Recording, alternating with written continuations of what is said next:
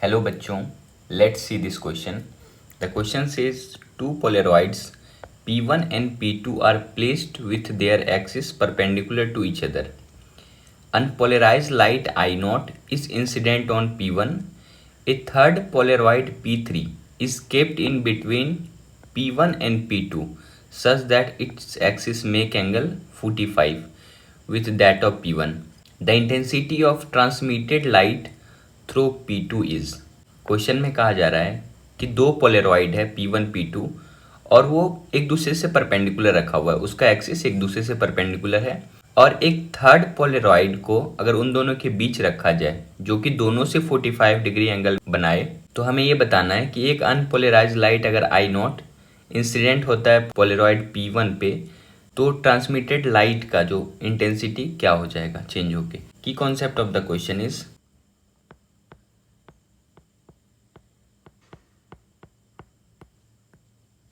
first key concept of the question is effect of unpolarized light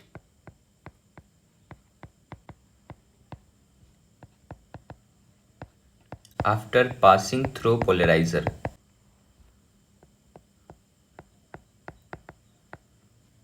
After passing through polaroid. और ये value होता है अगर कोई भी अनपोलराइज लाइट अगर एक पोलरॉइड से पास होता है तो उसका इंटेंसिटी जो होता है वो हाफ हो जाता है.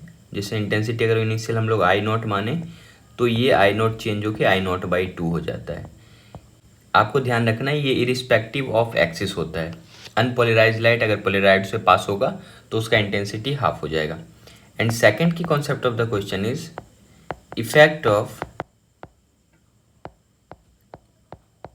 अब क्या है कि अनपोलराइज लाइट पास होगा तो वो पोलराइज लाइट बन जाएगा. तो effect of polarize light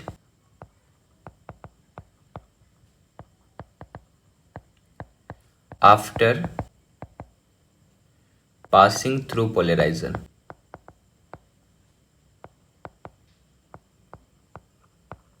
polariser या पोलरॉइड. और ये जो चेंजेस होता है ये आप समझ लो कि अगर इनिशियली I0 है तो वो चेंज होके I0 cos स्क्वायर थीटा. यहाँ पे थीटा जो है वो एक्सिस का एंगल है पोलरॉइड का.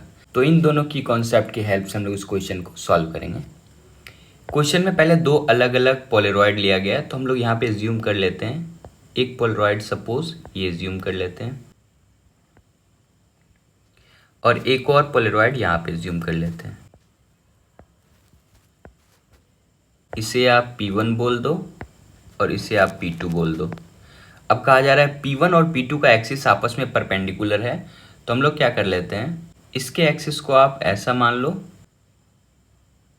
तो इसका एक्सिस ऐसा रहा होगा, ये आपस में परपेंडिकुलर है. और कहा जा रहा है एक तीसरा पोलरॉइड जो P3 है वो इसके सेंटर पे रखा जा रहा है. तो एक तीसरा पोलरॉइड हम लोग यहाँ पे ले लेते हैं, ये इसके सेंटर पे रखा जा रहा है और ये पोलरॉइड का नेम है P3. और इसका एक्सिस जो है ये दोनों से 45 डिग्री एंगल बन रहा है. तो आप इसको अगर ऐसा बना दो, इसके एक्सिस को ऐसा बना दो तो ये आप बोल सकते हो ये दोनों से 45 डिग्री एंगल पे. सपोज आप मान लो कि इसके और इसके बीच के एंगल 45 है और P1 P3 के बीच का एंगल 45 है और P3 P2 के बीच का भी एंगल 45 है. अब क्या है कि जब ये अनपोलराइज लाइट सबसे पहले P1 पोलरॉइड से पास करेगा तो ऐसा मान लेते हैं ये अनपोलराइज लाइट जिसका इंटेंसिटी कितना क्वेश्चन के हिसाब से दिया हुआ है I0 अनपोलराइज लाइट सबसे पहले P1 से पास करेगा. तो आपकी कॉन्सेप्ट के 1 के हिसाब से अगर आप चलो तो अनपोलराइज लाइट अगर एक पोलरॉइड से पास करता है तो उसका इंटेंसिटी हाफ हो जाता है. तो ये जब पास करेगा तो इसका इंटेंसिटी अब बन जाएगा I0/2. तो यहाँ से आप बोल सकते हो आफ्टर passing through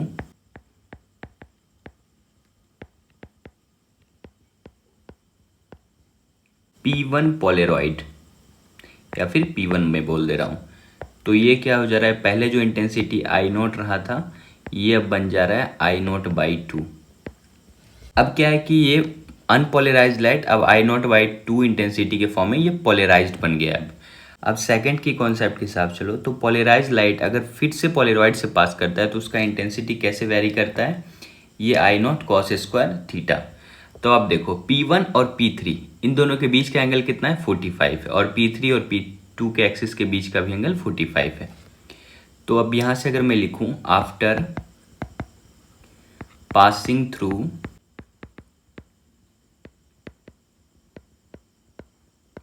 P3, क्योंकि P1 से पास होने के बाद ये आई नॉट बाई टू बन गया है, और ये आई नॉट बाई टू अब की बार पास करेगा P3 से। तो अगर मैं इसे नाम आई डैश बोल दूं तो ये आई डैश कितना हो जाएगा, ये आई डैश हो जाएगा आई नॉट बाई टू, ये वाला आई नॉट बाई टू, क्योंकि P1 से पास होने के बाद इसका intensity I nought by two हो गया है। तो I nought by two cos square theta, cos square 45 को आप क्या लिख सकते हो, पाई बाई 4। तो ये वैल्यू हो जाएगा आई नॉट बाई टू कॉस 45 का वैल्यू 1/√2 होता है, उसका स्क्वायर करोगे तो 1/2 हो जाएगा। तो ये जो इंटेंसिटी है ये आई नॉट बाई 4 हो गया। अब क्या है कि वापस से इंटेंसिटी जब आई डैश ये पास करेगा P2 से, P2 पोलरॉइड से, तो इसे मैं आई डबल डैश बोल दे रहा हूँ, और यही वैल्यू में फाइंड करना है। तो फिर से मैं लिख रहा हूँ आफ्टर पासिंग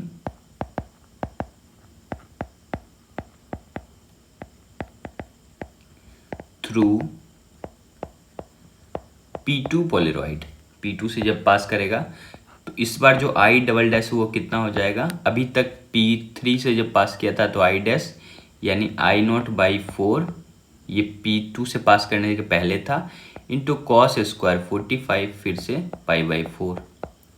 तो फिर से कॉस स्क्वायर 45 का वैल्यू होता है 1/2, तो ये हो जाएगा आई नॉट बाई 4 इंटू 1/2। तो आप इसे क्या बोल सकते हो, आई नॉट बाई 8, और यही फाइनल आंसर हो जाएगा। So the correct option is option number 2। Hope you understood it well. Best of luck. Thank you.